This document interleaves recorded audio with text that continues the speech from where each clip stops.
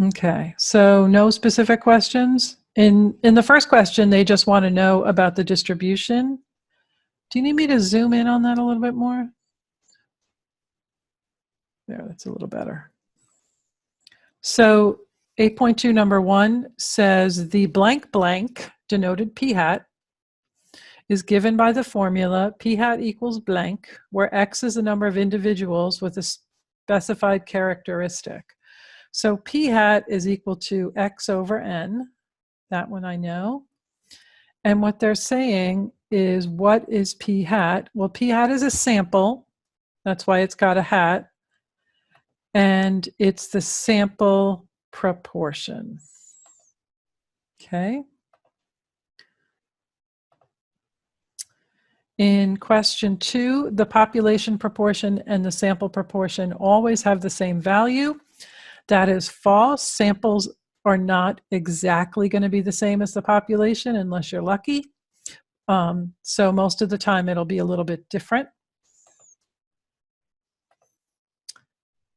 Number 3, the mean of the sampling distribution of p hat is p. That is true.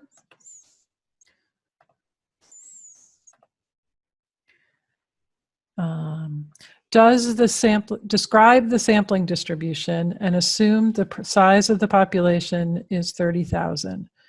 So we want to describe the shape first, and the shape is going to be normal or not depending on n times p times 1 minus p. So I'm going to go ahead and calculate that. So n times p times 1 minus p is going to be equal to 200 times 0.7 times 1 minus 0.7. So I'm just going to grab my calculator on my phone to be quick. So I have 200 times 0.7 times 1 minus 0.7, and I get 42. Since that's bigger than or equal to 10, that's good. They also say the population is 30,000. 5% of 30,000 is 0.05 times 30,000, 1,500.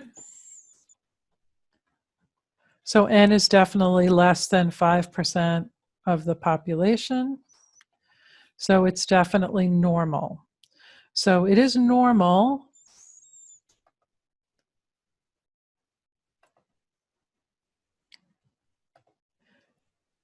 because it is less than 5%, and n times p times 1 minus p is greater than or equal to 10. So B.